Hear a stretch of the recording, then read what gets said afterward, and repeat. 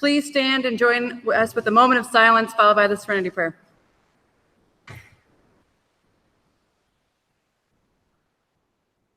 God, grant me the serenity to accept the things I cannot change, the courage to change the things I can, and the wisdom to know the difference. Hello, everyone. My name is Amy, and I'm an alcoholic.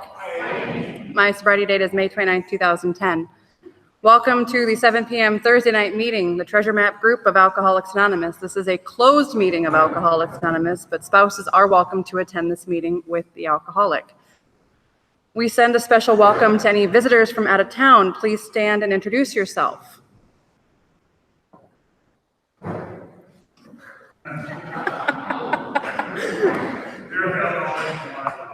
Hey, Jeremy. Hey, Matt.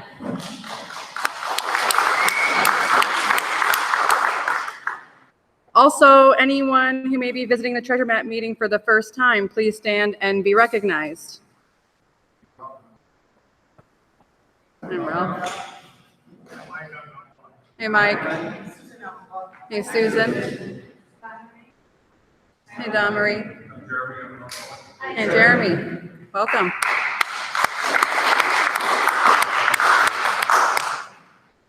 Finally, is there anyone here who is at their first meeting of Alcoholics Anonymous? Please stand and be recognized. We are very happy that you came tonight and you are welcome here. Well, thank you everyone for being here with us tonight. The Treasure Map group of Alcoholics Anonymous believes in working the 12 steps as outlined in the Big Book of Alcoholics Anonymous with the sponsor. There are many home group members here tonight that are willing to be sponsors. If you are new or if you don't have a sponsor, you can stop at the back table during the break and see Randy or Eric for names and numbers of home group members willing to sponsor others. Let's see. Treasure Map group of Alcoholics Anonymous celebrates our sobriety birthdays on the last Thursday of each month. Treasure Map home group members celebrate each month of sobriety for the first 12 months, then each consecutive year thereafter. If you would like to make the Treasure Map meeting or Treasure Map group your home group, please see again Randy or Eric at the back table for details. The current list of birthdays we will be celebrating this month, we have a few on there. So if you plan to celebrate your sobriety birthday with us, and you are not on the list yet, please come see me after the meeting.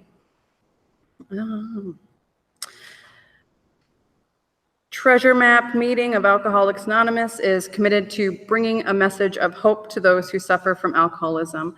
We believe this message is contained within the Big Book of Alcoholics Anonymous and our personal experiences. The AA Preamble, Alcoholics Anonymous is a fellowship of men and women who share their experience, strength, and hope with each other that they may solve their common problem and help others to recover from alcoholism. The only requirement for membership is a desire to stop drinking. There are no dues or fees for AA membership. We are self-supporting through our own contributions. AA is not allied with any sect, denomination, politics, organization, or institution, does not wish to engage in any controversy, neither endorses nor opposes any causes. Our primary purpose is to stay sober and help other alcoholics to achieve sobriety. Our meeting tonight will focus on step 10, and our speakers tonight are Jeremy and Matt from Watertown. So thank you so much for coming in. And then did we have any announcements tonight? No announcements. So now please welcome Dylan to read how it works from our textbook, Alcoholics Anonymous. Here. You're gonna do great.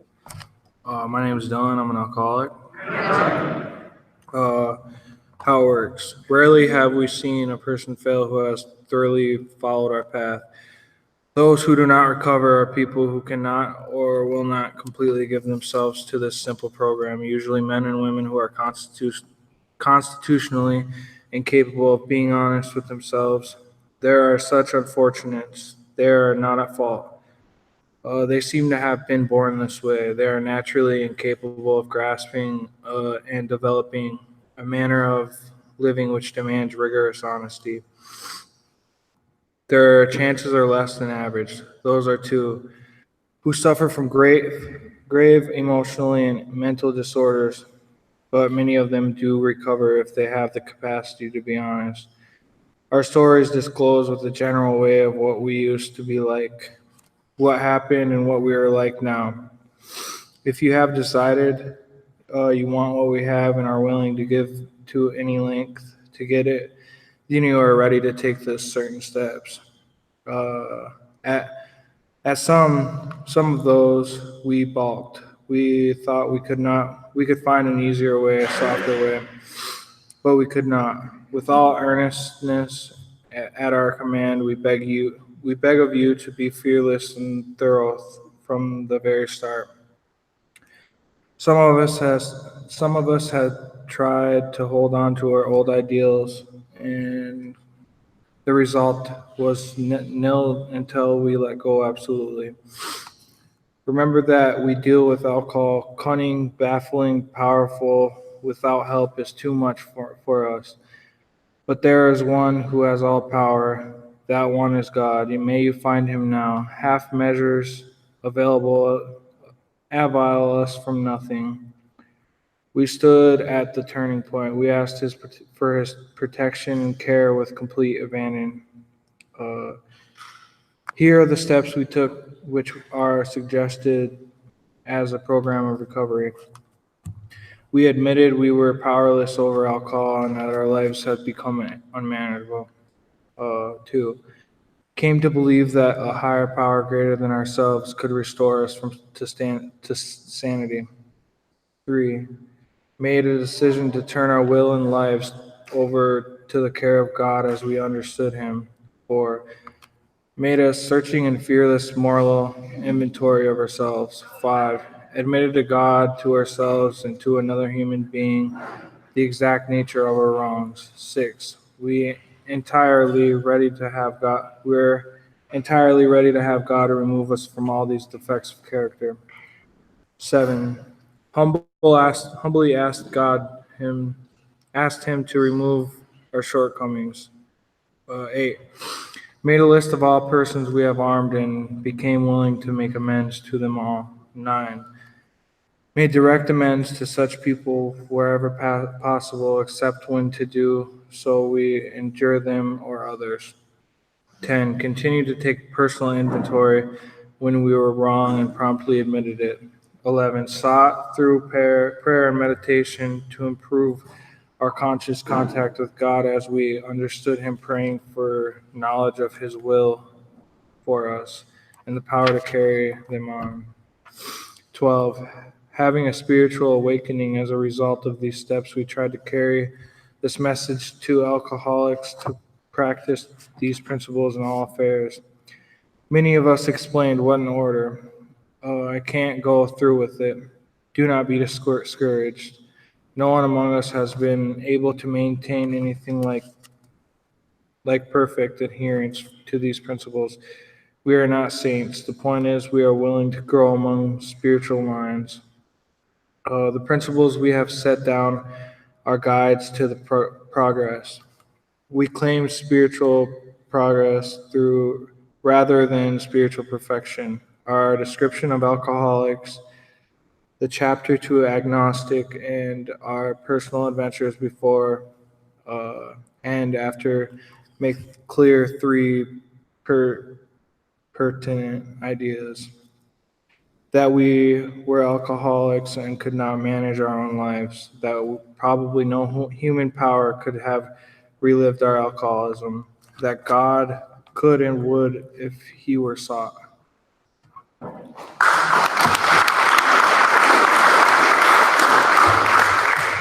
Thank you, Dylan. And now please welcome Barb to read our 12 traditions as we pass the baskets. I almost read the wrong part of it. I'm gonna mess up at least once a week. Thank you in advance for your generosity and support. Tradition 7 reads, every AA group ought to be fully self-supporting, declining outside contributions.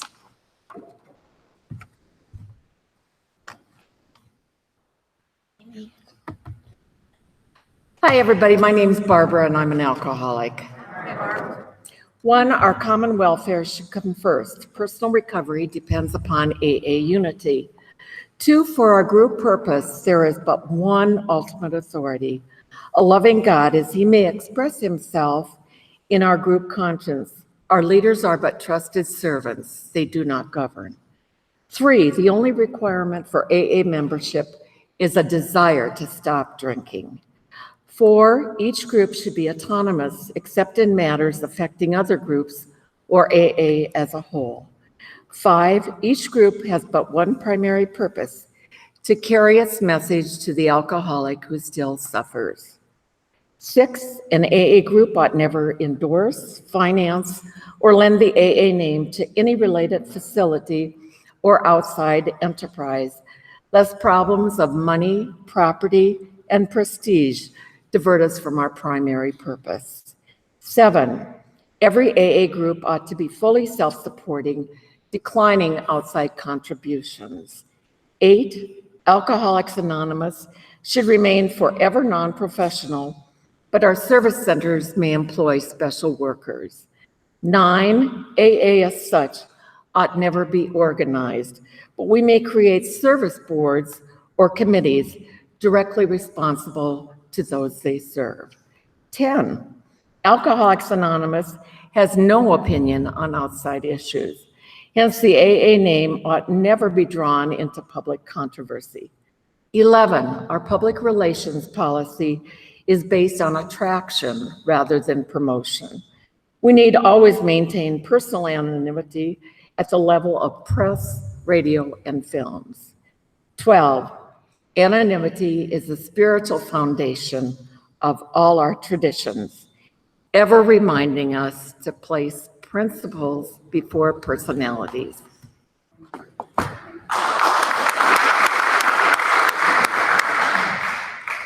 Thanks, Barb. We talk a lot about home group membership at the Treasure Map Group because we believe it is vital to our recovery. What does it mean to be a home group member? Here is a brief excerpt from the AA General Service Conference approved pamphlet on the AA home group. Traditionally, most AA members through the years have found it important to belong to one group that they call their home group. This is the group where they accept service responsibilities and try to sustain friendships. And although all AA members are usually welcomed at all groups and feel at home at any of these meetings, the concept of the home group has still remained the strongest bond between the AA member and the fellowship. With membership comes the right to vote on issues that might affect the group and might also affect AA as a whole, a process that forms the very cornerstone of AA's service structure. As with all group conscience matters, each AA member has one vote, and this ideally is voiced through the home group. Over the years, the very essence of AA strength has remained with our home group, which for many members becomes an extended family. Once isolated by our drinking, we find in the home group a solid, continuing support system, friends, and very often a sponsor. We also learned firsthand through the group's workings how to place principles before personalities in the interest of carrying the AA message. Talking about her own group, a member says, "Part of my commitment is to show up at my home group meetings, greet newcomers at the door, and be available to them, not only for them, but for me. My fellow group members are the people who know me, listen to me, and steer me straight when I am off in left field. They give me their experience, strength, and hope, or AA love, enabling me to pass it on to the alcoholic who still suffers." If you are interested in making the Treasure Map meeting your home group, please see Randy or Eric at the back table at the break or after the meeting. Now, before we start with our speakers for the evening, please remember to shut off or silence your cell phones at this time. Thank you. And it is my pleasure to introduce our short speaker, Matt.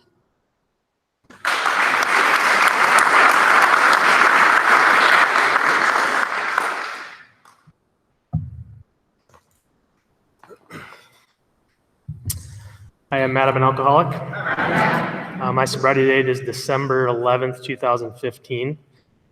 And thank you.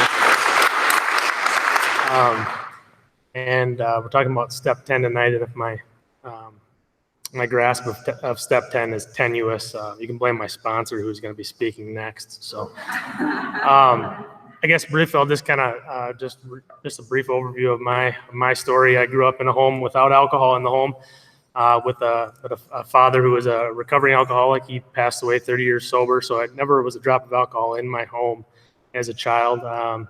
And then as a teenager, I took my first drink of alcohol and kind of was off to the races. By the time I was 21 or so, I basically became a daily drinker, and was a pretty, I guess, in my opinion, I guess I was fairly high functioning for quite a while. But there came a time where, 5 o'clock kept getting harder and harder to get to, essentially. And so one day it basically became, well, I shouldn't say one day, but pretty soon I had trouble making it to 5. I was sneaking a drink in the morning before going to work, that sort of thing. Period of my life I was in kind of a transition period. I was going back and forth from Pierre to Watertown, and I just was in a bad spot and ended up kind of going off the deep end for about a week. And I woke up in Tallgrass one day and to see Dan's lovely face. And first time I ended up in Tallgrass, I wasn't ready to be there. I was brought there against my will. I should say, I'm not against my will, but just it wasn't my idea. Let's put it that way. I fought with people, argued with people. I wasn't convinced that I was an alcoholic. I hadn't fully conceded to my innermost self. And so, but after those 30 days, I felt good. Sobriety, it felt good physically. So I was like, maybe I could do this. But like I said, I wasn't fully convinced. I didn't get a sponsor. Didn't continue to work the steps. I thought sponsors were supposed to come find you. Turns out that's wrong. And so after a couple months of sobriety, I drank again. And it wasn't, I wouldn't call it a slip. It was a planned event. I just wasn't ready. I had a date in mind, and I bought a 6-pack of beer, and I was off to the races again for another 2.5 years. And, as they say, belly full of alcohol, a head full of AA, or vice versa, however that goes. It was a pretty miserable 2.5 years. Even though during that period I got married and had my first child, it was just miserable. Internally, I was miserable because I knew I had a problem, but I wasn't ready to do anything about it. But there came a time where I basically, I was getting pretty physically sick. I could hardly eat anymore, et cetera. And one day, I'm not sure what happened. I decided that was it. I got in a fight with my wife because I was begging her to go out and get me another bottle of booze before she went to work, and she said no. And when she left, I just had the realization that this is it. I was done. So I called Tallgrass. I had one bed left, and I got in. This time it was a little more severe, as the disease is. It's a very progressive disease, and so this time I had to spend 4 days in the hospital, intensive detox, and back to Tallgrass 30 days. And in the last 2.5 years have been, up and down, but good and still sober. So to I guess step over to step 10. Never had to do this short speech like this, so I'm not sure how. Anyway, the transitions might not be very good. That's what I'm getting at. So I guess step 10 to me is about the 12 by 12 talks about finding emotional balance, and those 4: selfishness, dishonesty, resentment, and fear. Being on the lookout for those things. 2 of those are pretty predominant in my life, I would say, fear and selfishness. And so for me, while I was drinking and still some today, I'm still a work in progress, as we all are. I bottle things up. I don't, if I do something I know is wrong, of course, I've left out the part that I'm Catholic, so I have the Catholic guilt too. And so, so if I do something wrong, if I offend somebody, or I know pretty quickly that I did something wrong and I need to apologize for it, or I hurt somebody, and, but in the past, I wouldn't do anything about it. I wouldn't call, I wouldn't talk to anybody else about it. I would just bottle it up. And when I was still drinking, I drank over it. And even in sobriety, sometimes it still happens. it's like a mental pleasure almost for me to ruminate on things, and I work on that. But I've through working with my sponsor, probably less than I should, but through working with my sponsor and attending meetings and doing some service work here and there, I've got some of the step 10 stuff is coming to me more naturally, almost unconsciously, I guess. Early on in sobriety, at Tallgrass, and then afterwards, I was pretty religious about doing that daily inventory, and sometimes that comes and goes. But I find lately where some of the right actions just come to me naturally now. Not always, but sometimes they do. More frequently now than they used to, I guess. For example, the other day I was towards the end of it was like a week and a half ago, and I remember thinking afterwards, after this happened, that I was like, that was kind of an AA thing, But it was right towards the end of the day. I got back to my office after a long meeting, and I had 16 emails to respond to, and I rarely shut my door, but I shut my door because I needed to get something done before the end of the day. And 2 minutes later, somebody knocks on my door and just walks in, and it wasn't their fault. They didn't know that I was in the state I was in. I was kind of frazzled, and I took it out on them, and I was short with them, and et cetera, et cetera. And so I not immediately, about an hour later, I just sat there and thought about it. So I made a phone call and called him and just said, hey, I'm sorry. I was short with you. Here's the deal. I apologize. You caught me in just a bad situation. And the conversation turned into something I could actually do to help him down the road. And so I guess that's just one example of kind of the way my thinking has changed a little bit. That doesn't always happen that naturally, but I guess it's progress. And I don't know if I have much else to share. I don't know if it's been 2 minutes or 12 minutes. So that's all I got. Thanks.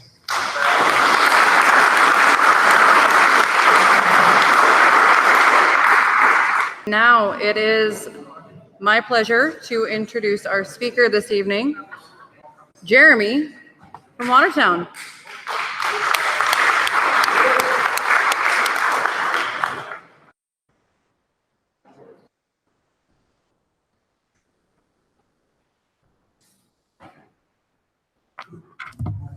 Well, my name is Jeremy McBurney. I'm an alcoholic. Hi. My sobriety date is September 25th, 2005. And that is, I think the reason that I've managed to maintain that sobriety date is because I've always had a sponsor, and I've always tried to work the program to the best of my ability as outlined in the Big Book of Alcoholics Anonymous. I've tried to establish and maintain a relationship with the God of my understanding, and for the most part, I've always had a home group up until kind of recently. So I, in the last couple of years, have moved to Watertown, South Dakota, and have discovered, it's really just laziness on my part, but it's been hard for me to nail down a regular place and time to meet. So currently it's sort of the Wednesday 12:15 meeting at the Gilbert Avenue group, but I said that was going to be my home group, and I haven't been there in like 3 weeks. So, so hopefully I can establish some commitment there. I got to tell you, when Amy was calling up Matt, she said, I'd like to introduce our short speaker, and I almost jumped up and came running to the podium because I thought she meant me. I was talking to Shane and Alicia before the meeting, and when I buy clothes, I don't buy what actually fits. I buy what I think should fit based on how I view myself, not how I actually am. So my pants are about 2 inches too long, and I've noticed my sport coat's about 2 inches too tight. So, but I look good in my mind, so that's all that matters. I want to just take a quick moment to thank the group for asking me to come talk tonight. Scott in particular for sending out the email that had all the nice instructions on it. I always think it's a privilege to get to do anything in Alcoholics Anonymous, and I'm always really excited when I get to do anything in Sioux Falls. This is where I got sober, and I've always just sort of had just a good feeling about this area. This is kind of where not that bad things have happened to me other places, but this is kind of just where everything good happened to me. This is where I was able to get sober and to establish that relationship with a higher power that I talked about. And really, this is just kind of where I got to watch my life sort of unfold. I grew up in Aberdeen, South Dakota, and usually I always throw in the line, if you haven't been there, I don't recommend going. And, what brought me here, I was talking to, is it Dylan? I was talking to Dylan before the meeting. What brought me here was not anything that I did on purpose. I just drank a lot of alcohol and wound up in treatment 3 times in a matter of a year and a half. And after the 3rd time, they decided that it was clear that I wasn't getting enough information in treatment, so I needed more structured living. So they sent me to live at the Glory House here in Sioux Falls, and I was really kind of scared and not terribly excited to be coming here. So it was surprising for me to be able to kind of watch all the good things happen here. It was my career started here, and I met my lovely wife here. I got married technically in Watertown, but we had our start to our life here, and I met a lot of lifelong friends. I met a lot of people who I was able to connect with early on in sobriety, and several of them are still here tonight. And those connections that I made and the stuff that happened was it's just been really cool. So I was really happy to be able to come back here tonight. We've been meaning to come down here and check out the meeting. I didn't think we'd have to come down and speak at the meeting the night we checked it out, but nevertheless, here we are. So my task tonight is to talk to you guys just a little bit about my experience with the 10th step, which I plan on doing. I don't know that I can fill an entire almost hour with information about the 10th step. So I think what I'll probably do is share a little bit about myself, in a general way, what I was like, what happened, and what I'm like now. And then we'll sort of work our way up to the 10th step. At least that's my plan. So, I know that I'm alcoholic. That's what I know. And I don't know that I knew that when I got here. I knew that I drank a lot, and I knew that I drank an awful lot more than most of my friends. And even the friends of mine who seemed to drink sort of at the capacity that I drank, they could always seem to kind of shut it down. They could always seem to sort of, when it counted, they would quit, and for me, when it counted, I wouldn't quit. When it counted, that would be the time when I would kind of say with every fiber of my being, like, this time I'm not going to drink, this time, like, I will put whatever mechanism I can in place to not pick up that next drink, and I would mean it. And I would tell people, I would say, you know what, I'm not going to drink for this. Like, I'd swear it off or whatever the case was. And with every fiber of my being, I would say, I'm not going to drink. And then I would pick up a drink, and so this thing, alcoholism, I came here just sort of kind of wanting to figure out how to not have that anymore. As I've been around Alcoholics Anonymous, what I've learned, alcoholism for me it's threefold, right? It's spiritual, it's mental, and it's physical. I've got this, there's this physical part of me that when I put alcohol into my system, I just can't seem to stop drinking. My body sends me this message as soon as alcohol hits the inside of me that says, get more, and what I've learned is that doesn't happen in normal people. Sometimes I talk about my wife's drinking habits from the podium. She doesn't really have drinking habits, but my wife's the type of person who can take a glass of wine and drink about half of it and set it down and say, oh, I'm dizzy, I'm going to stop, And I watch that and I'm just like, Jesus, like, how, like, drink, do it for me, for crying out loud. And but what I understand today is that she has a normal reaction to alcohol, right? She puts alcohol in her system and she reacts the same way to alcohol that I react to Diet Coke, right? I put alcohol into my system and I can't seem to shut it down. So I've got this physical thing that our book calls an allergy. And then I've got this mental part of this illness, right? That tells me that every time that something bad happens when I drink alcohol, I always kind of get these like rationalizations and justifications for it, where it's like, well, yeah, but, you know what I mean? Or it's one of those things where I'll be drinking and I'll go on kind of a run and do some bad things, and then I'll just be done. I'll swear it off and I'll tell all the people in my life who are important to me I'm done. Like, I quit, I give up, I'm swearing it off. And I'll mean it.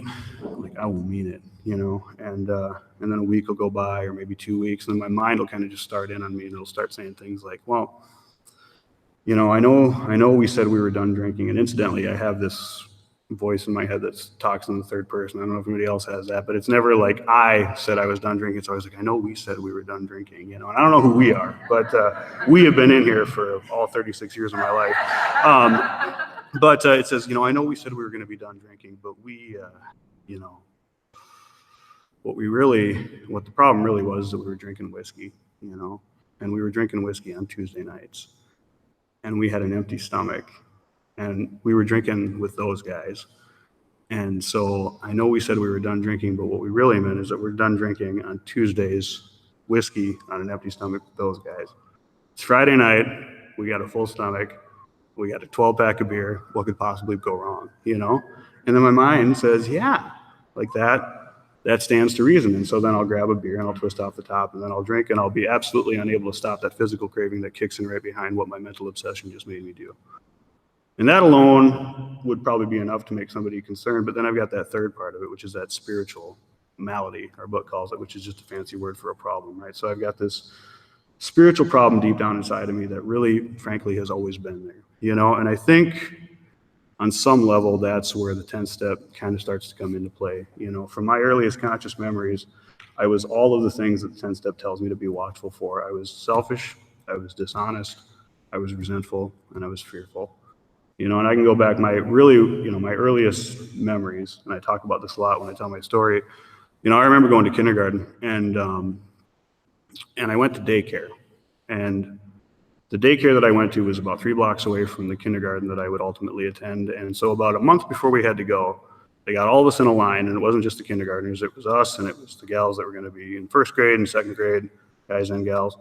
And they walked us all over so that we knew the path as to how to get to kindergarten. And one day we were walking over there, and out of nowhere, this kid came riding out on his bike. He was a 3rd grader. Came riding out on his bike, and he yelled something, and he hit one of the girls that we were walking with, and he rode over her, and he rode this big, like, he cut her leg really bad with the chain on his bike, you know. He was a bully. And I watched that happen, and I remember just being instantly filled with fear. So much so that I thought about that every day until I had to go to kindergarten. And my first day at kindergarten, I got there, and all my other potential friends, and I say potential because fear would ultimately get me, all my other potential friends, they ran out on the playground to go play with all the other kids. And I stood up at the front of the line where we couldn't cross right before the door. And I just prayed that God would make the bell ring faster than he'd ever made it ring before, because I was afraid that that bully was going to see me and beat me up. Now, he didn't do anything to me that day. You know, he hurt that poor other little girl, but he didn't do anything to me. But even at age 5, I'd already let this fear get into my head and this imaginary scenario come out to play that said, if he sees me, he's going to beat me up, and then I'll be. And so I allowed fear even at age 5 to prevent me from stepping out to play in the world. And, you know, I think that is indicative of how fear has played a role in my life pretty much since the beginning, you know. And so I tell that story a lot because it's true and I remember it, but it's funny. So my wife and I just had a little girl about 6 months ago, and my mom brought this old storybook that I used to read. And I'm kind of surprised she bought it because it was my pet monster. And I don't know that I'm going to be reading that to my daughter necessarily. But the funny thing is, in the book, there were my transcripts, like my kindergarten transcripts. And they're not long because it's kindergarten, but they were a page each. And in the first half of it, my teacher had written, Jeremy is a very sweet and quiet boy, but he's seemed very nervous lately, So like fear, and it was right there. So other people saw it. So selfishness, dishonesty, resentment, and fear from my earliest conscious memory. So I was a very fearful little kid. And I always just kind of felt different. I don't know how else to explain it to you. I just kind of felt like I didn't quite fit, Everybody else seemed to just kind of get it. I would watch my peers interact with one another, and it just seemed like they knew what to do. It just kind of seemed like they got it, And I would stand there and I would watch what they would do. And eventually I would sometimes try to copy what they did. But I never feel like I ever really had this thought of my own of I should go do this. I was always just kind of sitting back and watching what you were doing. And I know today that that's selfishness and self-centeredness, right? I was too busy watching you and trying to learn what you were doing instead of just behaving the way that I thought I ought to behave. So neurotic and fearful at age 5 is a really good combination for alcoholism, maybe, or maybe that's just the way I was born. I don't know. But, so I got a little bit older, didn't get a whole lot taller, as we've already established. And these feelings that I had just didn't really go away. If anything, I would say that they probably intensified. So what happened for me is I started just kind of allowing fear and selfishness to really just sort of dictate how I behaved, and I would watch others and I would just kind of always feel like there was this imaginary wall between you and I. And by the time I was about 14 years old, that was really, adolescence is probably not a good time for anybody, but I think particularly for alcoholics, it really can that seems to be, I've listened to a lot of people's stories, and that seems to be kind of the time frame when alcoholism sort of takes off, So I remember being 14 years old, and I was pretty, just kind of a goofy kid, and I was sitting one day at our lunch table at Holgate Junior High School back in Aberdeen, where I'm from, and I was looking around the table, and there was this crew of kids that I'm hanging out with, and we were all kind of nerdy, and we all got really good grades, and we all talked about Star Trek all the time, and I looked at everybody, and I was like, God, these guys are not cool, and then I had this terrifying thought, if they're not cool, and I'm hanging out with them, that means that I'm also not cool. And so I looked over at this group of kids that were in my grade, and I assessed the situation. I realized those were the cool guys. No, they weren't wearing shirts that said we're cool or anything like that. They weren't even really necessarily doing anything that was cool. They just were the cool guys, And suddenly I had this thought that, these problems these feelings that I've got, this fear, and I couldn't articulate those words back then. I didn't know that I was full of fear or selfishness or resentment or anything like that.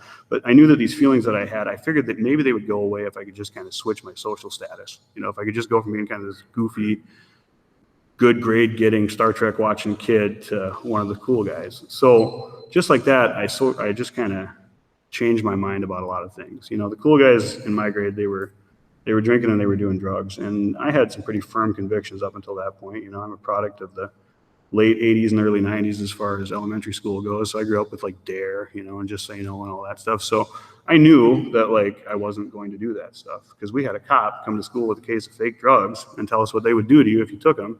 And so I made a firm resolution. I'm not going to do that, And I took a look over at these guys and I realized that they were cool and that's what they were doing. And just like that, I sold out, I can't really take a firm stance on anything, and that's still kind of the trajectory of my life today. If you want to know the truth, it's really hard for me to really pick a stance and stick with it. I've registered for both political parties on more than one occasion.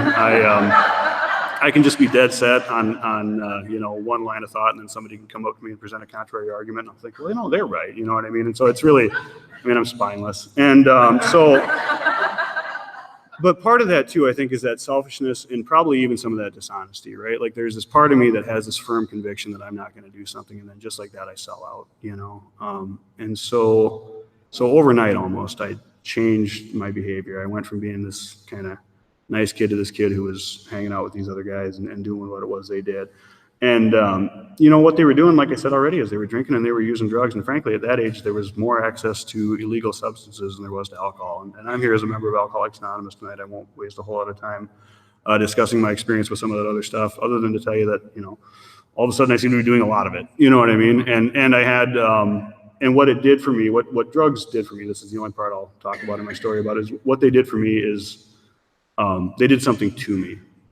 Eventually, I would find that alcohol would do something for me, and the drugs I took, they did something to me. There were a couple things that, if you smoked this, it made you tired and hungry and paranoid, and then there were some things that if you put it up your nose, you'd stay up for an extended period of time. There are a couple things I've put on my tongue that made the wall melt, and that was about my experience with drugs. But the other thing they did is they gave me a new identity.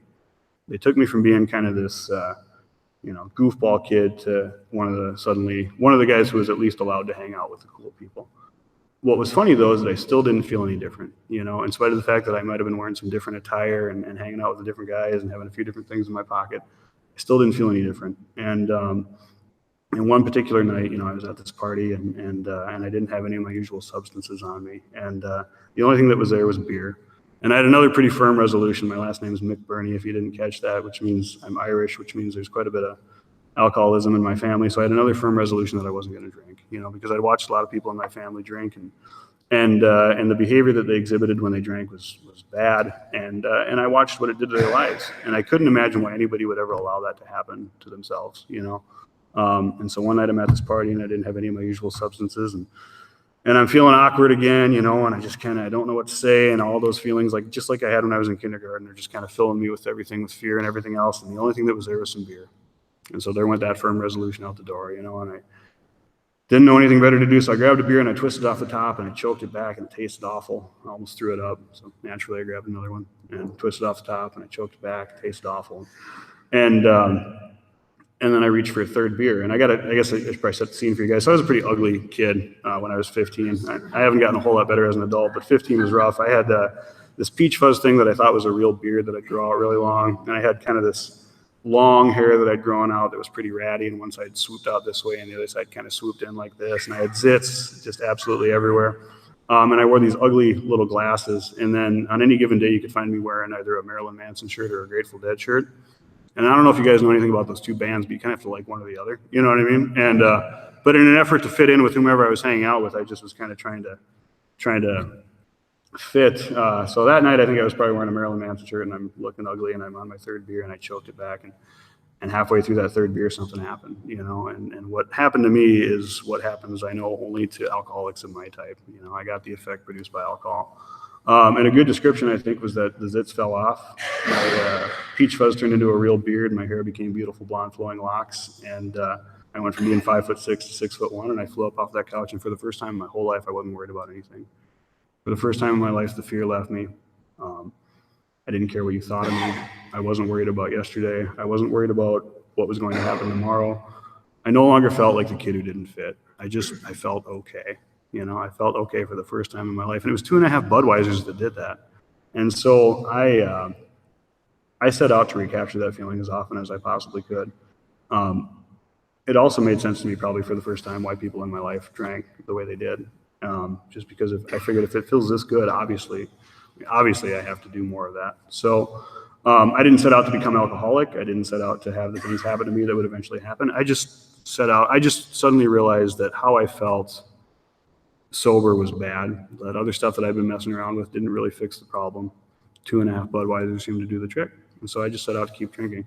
And I was lucky, I guess, as an alcoholic. I was so situated even at that young of an age that I could usually always find access to alcohol. I had well-meaning friends that would, purchase it for me. I worked for a local restaurant concern up in Aberdeen, and most of the cooks there had no problem either buying alcohol for me or just letting me steal some out of the back. And so I just kind of drank. And what happened for me is I got in quite a bit of trouble at a pretty young age. If you stay intoxicated under the age of 21 in a small town, you'll get caught, or at least I did.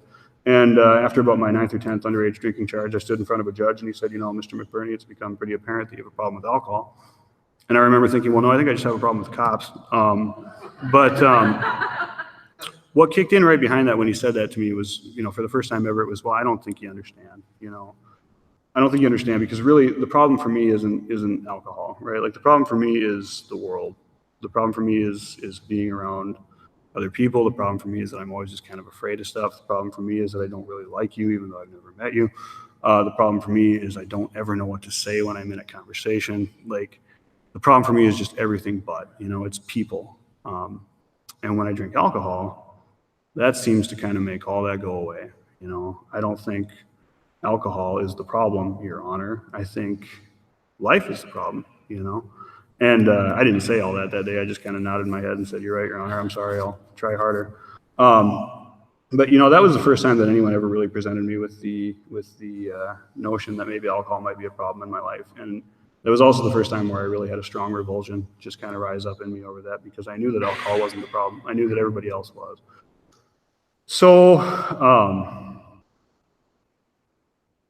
I continued to drink. I don't want to bore everybody here with a drunk-a-log. I'll just tell you that, I knew that then at age 17 that alcohol was my solution. And that by the time I was 21, with the solution that I'd found, I'd gone from being kind of this goofy, happy, funny drunk to a belligerent, violent, blackout drinker. I drank myself out of college a couple of times. I'd gone, I was virtually unemployable. I was living in an apartment that my mom was paying the rent for, and she wasn't paying the rent because she had a lot of money. She was paying the rent because she was afraid I would move home if she stopped paying the rent. And I was starting to get locked up pretty regularly back in the Brown County Jail back in Aberdeen, and they weren't locking me up because I was necessarily committing crimes, and I'm sure I was probably doing some illegal stuff, but I was just getting locked up regularly because Aberdeen doesn't have a long-term detox center. And so what would happen for me is I would go on these extended drinking benders, and then they would put me in detox. They would file what's called an involuntary committal on me that ultimately would wind me up in treatment, but they didn't have a long-term detox center, so they would take me to detox, they'd dry me out, and then they would put me in jail because they would determine that I was too much of a danger to be let back out in the street, which always really caused resentment in me. We're going to talk about resentment here in a minute. It caused resentment in me because I was 22, and I was watching these guys who were like 40 or 50 years old getting out, and then I was deemed too much of a danger to myself. So one time I walked out in the middle of December in my hospital pajamas, but that's another story for another day. So that's where alcoholism took me at age 22. Sort of the beginning of the end for me. My last drink, what ultimately wound me up in Alcoholics Anonymous, was one day in November, late November of 2004. I was living in this apartment that my mom was paying the rent for, and I was stealing bottles of liquor from this little liquor store I lived behind. And then I came to after a night of drinking, and there was a full bottle of cheap whiskey sitting next to me, and I remember thinking, good. And I got up and I just started to drink it. And a friend of mine, she worked at McDonald's. I don't really know what she did there, but she worked at McDonald's, and she got really mad at her boss that day and she decided to quit her job. And I'll always be forever grateful that she got mad at her boss and quit her job, because if she hadn't, somebody else might be standing up here talking. But she quit her job and she decided to come over and check up on me. And I was sitting there in this apartment and she said, well, what are you drinking? And I said, well, it's Lord Calvert and Sierra Mist. She said, is it good? And I said, no. And she said, you look awful. Will you let me take you to detox? And I said, well, I'll go, but I just want one more drink first. I want one more drink and then I'll go. And so what ultimately happened is I wound up drinking the whole bottle. And I said, all right, I'll go, but I want one more bottle first. And so she agreed, and not because she was hoping to put more alcohol into my system, but she just wanted me to calm down enough to let her take me to detox. And so in Aberdeen, they have drive-through liquor stores, which is super convenient. And so she took me through a drive-through liquor store and she bought me a pint of some cheap rum. And my last conscious memory is twisting off the top of that and choking it back. And I came to a couple days later, tied down to a bed with tubes coming out of my face. And when they pulled out the tubes, I said, what happened? Because you want to know that when you wake up in those circumstances. And they said, well, you came in here with a 0.49 blood alcohol level. You quit breathing.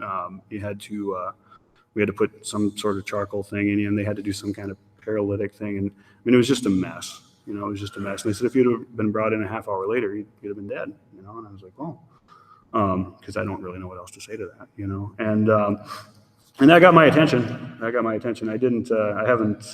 sad to say I haven't been sober from that day to this one, but that got my attention enough to get me to take a look at my drinking and say, there's something a little bit abnormal about this. So what happened for me is they put me back in jail one more time for my own protection, sent me to treatment, sent me to go live in that halfway house that I talked about here in Sioux Falls. And 8 months to the day of me being dead in that hospital, I picked up another drink. And I'm here tonight to talk about step 10, so I will. But up until that point, I had a hard time with the second step, which is came to believe that a power greater than ourselves could restore us to sanity, because I didn't think that I was insane. I didn't think that there was anything wrong with me. As far as it related to my sanity, I knew I probably drank too much, right? And I knew that the rest of the world kind of sucked. But other than that, I didn't really think that there was anything like wrong with my sanity. But drinking after nearly being dead in that hospital was enough to get me to take a look at it and say, okay, well, maybe there's something a little bit off. And I had to spend the entire summer of 2005 trying to reconcile in my head the fact that I wasn't crazy and I couldn't do it. I would drink and try to think that I wasn't crazy, and I would drink and try to think that I wasn't crazy, and I couldn't do it. And so my last drink occurred not too terribly far from here. I went to a friend of mine's house with really no intention of getting crazily drunk or doing anything stupid, and I didn't. I went there one night and he had some Grain Belt beer and vodka, and I drank it. And if I had known it was going to be my last drink, I probably would have, not together, I drank the Grain Belt beer and then the vodka. Or maybe it was the other way around, it doesn't really matter. But, I woke up that next morning, September 25th, 2005, and I just had this clear thought in my head, clearer than I'd ever had. And it was like, Jeremy, you can't drink and you can't quit and you're probably going to die. And for whatever reason, I'm sure that those thoughts had run through my head before, but for whatever reason, it was very clear in my head that night. And I knew those things were true, and I knew that knowing those things were true were never going to be enough to get me to stop drinking.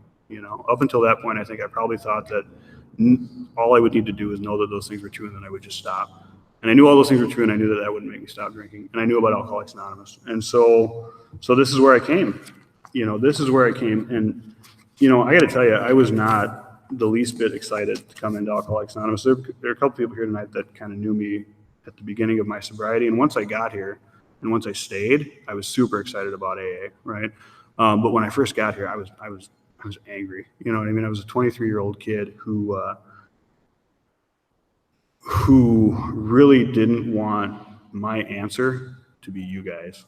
All due respect, you know what I mean? The fact that Alcoholics Anonymous, to me, it just seemed like a bunch of old guys sitting around the table smoking cigarettes. That was back when you could smoke, talking about the good old days. And, I fancied myself cool. I was like, I don't really belong with you guys. Not to mention the fact that you've got a drinking problem, right? Like, you all seem to have a problem with drinking. I don't. I have a problem with life, right? But I was lucky. I was fortunate in that I was able to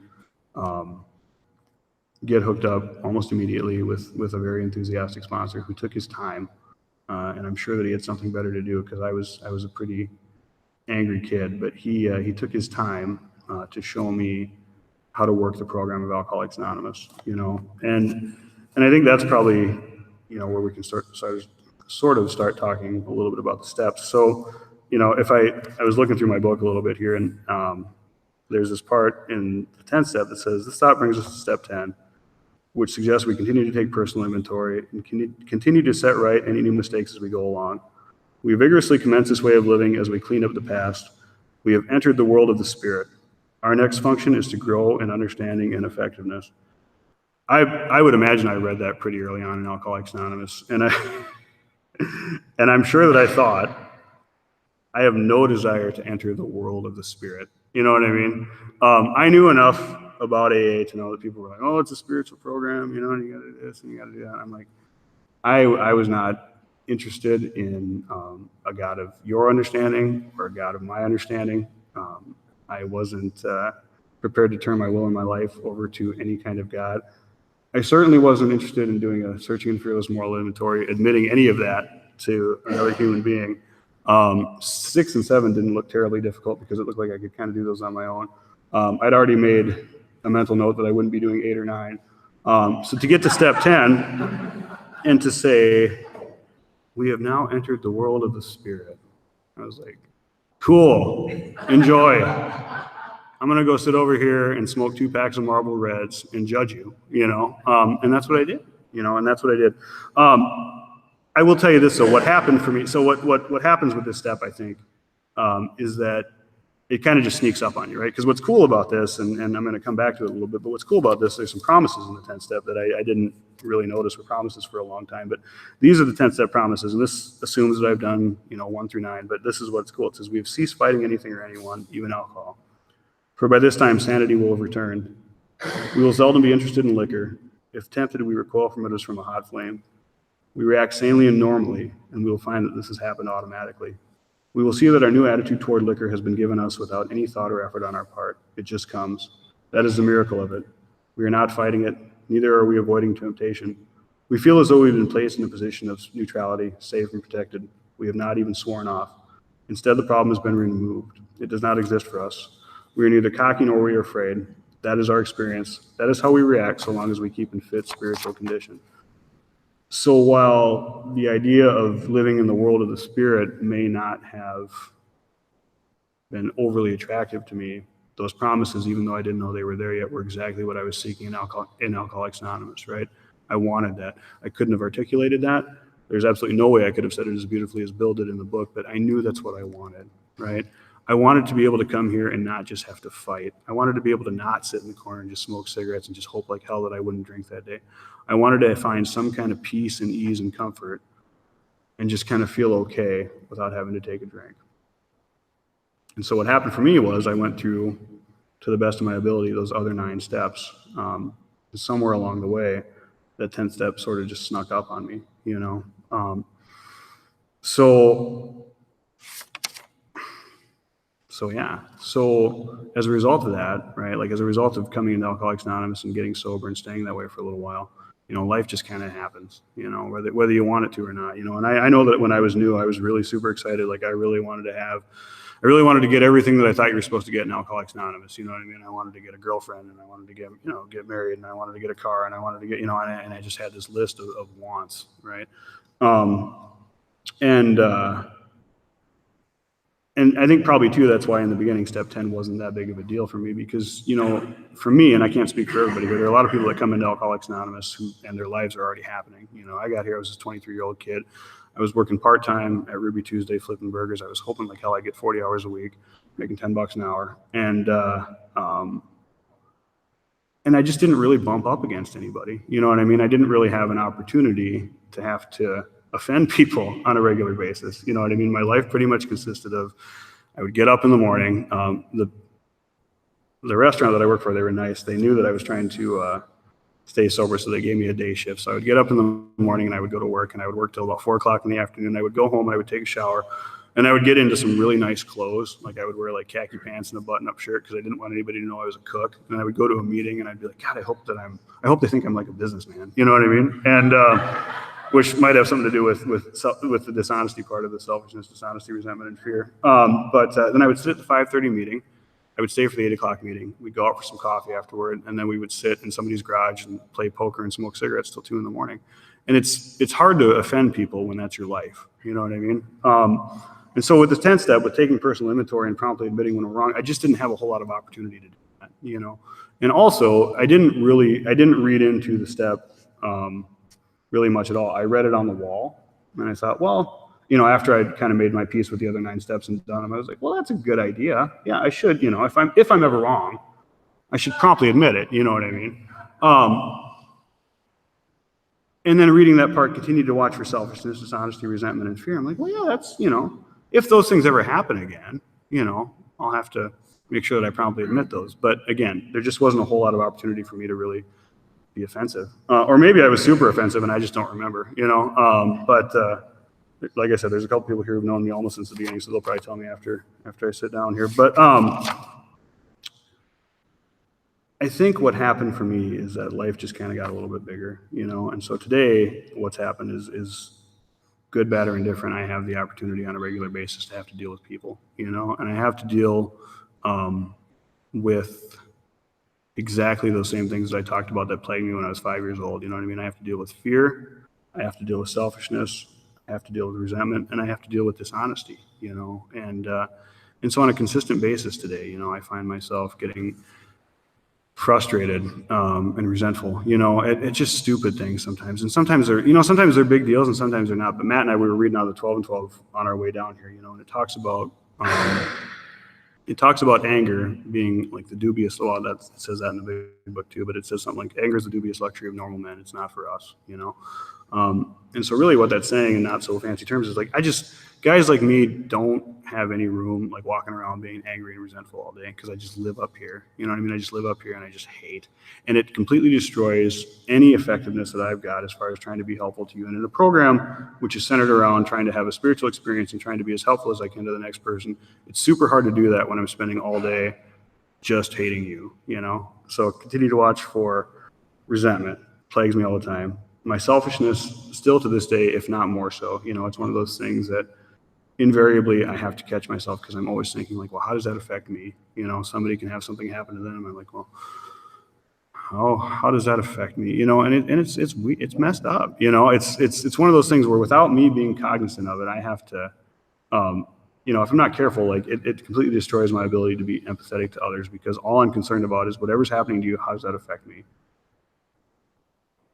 Fear still to this day, you know, I still wind up being that kid standing at the front of the line in kindergarten, not wanting to go talk to anybody because my fears will just plague me, right? And it's one of those things where, I don't know about you guys, but my head has never been my friend. You know, I've never woken up one morning and had my head say like, Jeremy, you're awesome. And you're going to go do great things today. You know, no matter what I have on the docket, when I wake up in the morning, it's always like, oh, man, if they really knew who you were, you know, or, oh, if they knew, you know, or you know, it's never telling me that it's going to work out, you know? And then as far as dishonesty, right? So like, I heard a speaker one time say, you know, I lie when the truth would suit me just fine, you know? And I feel like I've, for the most part, overcome that, but I totally identified with that. You know, somebody could say like, where were you? And I'd been at Target and I say, well, I was at Walmart. You know what I mean? Like, I just can't like, but I think probably worse than, I don't know if it's worse than lying to others, but I think really what they might be talking about here is the dishonesty with myself, right? Like it talks about in the book, those who can't recover are people who are constitutionally incapable of being honest with themselves, right? And so if I can't come to some kind of degree of honesty with myself, even if it's just the basic level of, I've got alcoholism, like my head is going to lie to me today, like my head is not my friend, resentments are going to plague me and I can't let them, like I have to turn it all over to God. If I can't get honest with myself at that base level, we're going to have a problem. So it tells me to continue to watch for selfishness, dishonesty, resentment, and fear. And then it says when these crop up, right? It doesn't say if.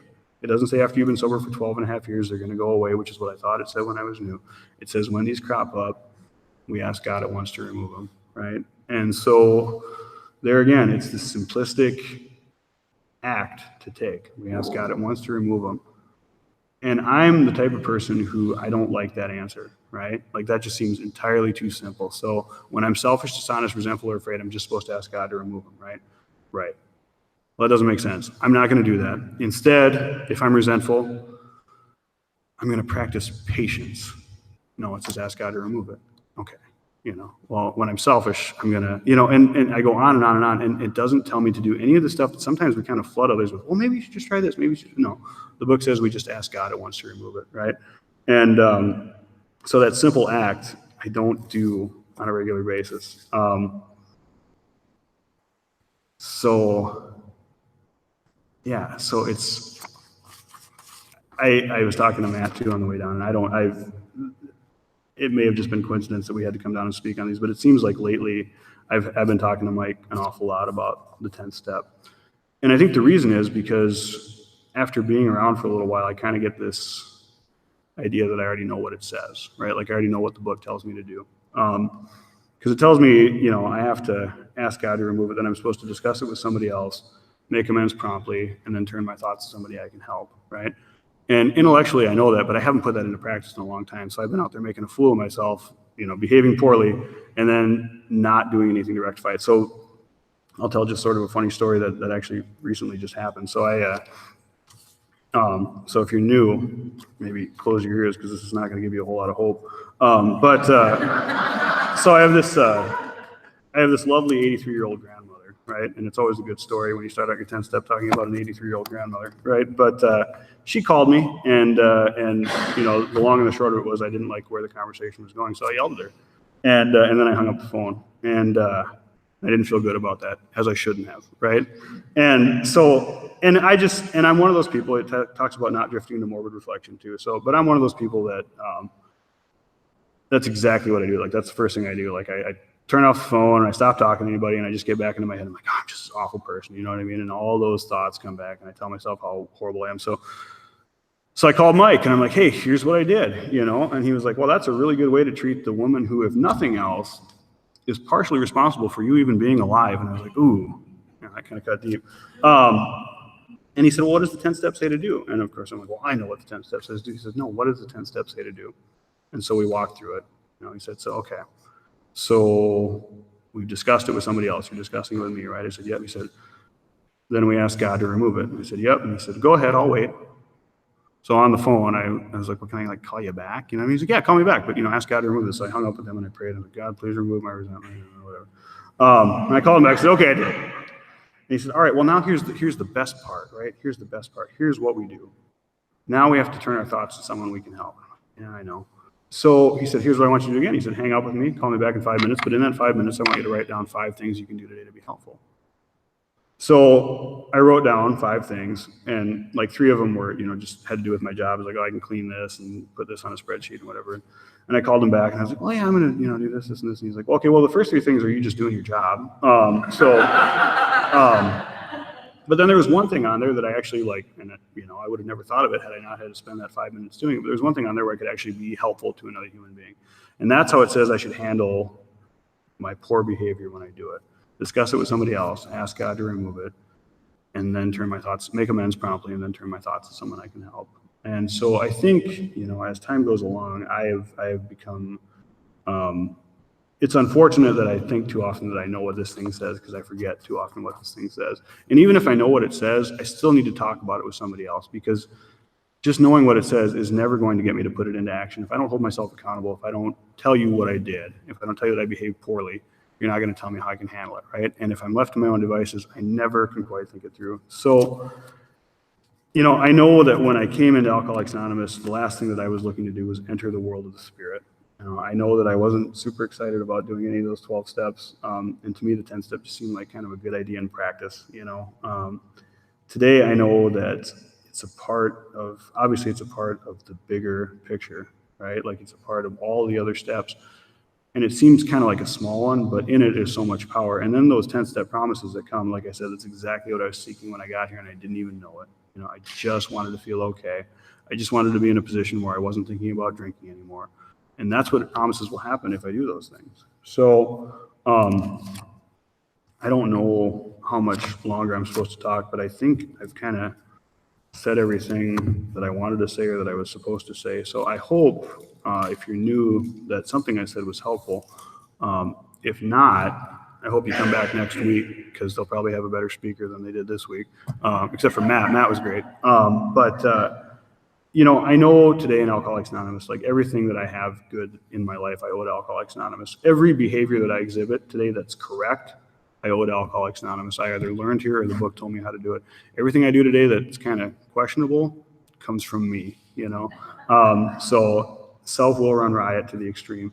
When I try to put into practice the things that this book says, when I hold myself accountable to my sponsor, to God of my understanding, my life goes well. I seem to be happy and others around me seem to be happy.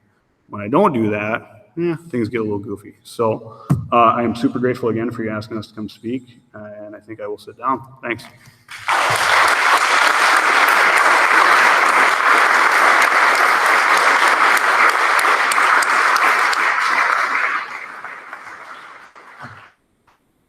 Thank you, Matt. Thank you, Jeremy, for speaking. Let's go ahead and close the Lord's Prayer.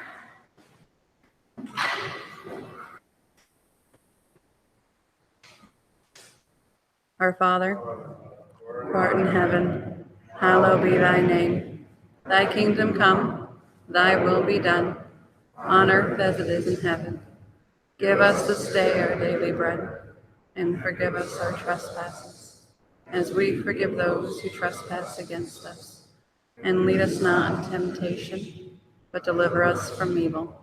For thine is the kingdom, and the power, and the glory, forever and ever. Amen.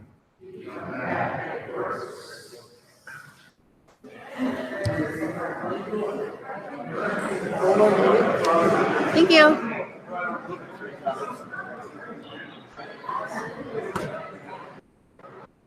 Boom.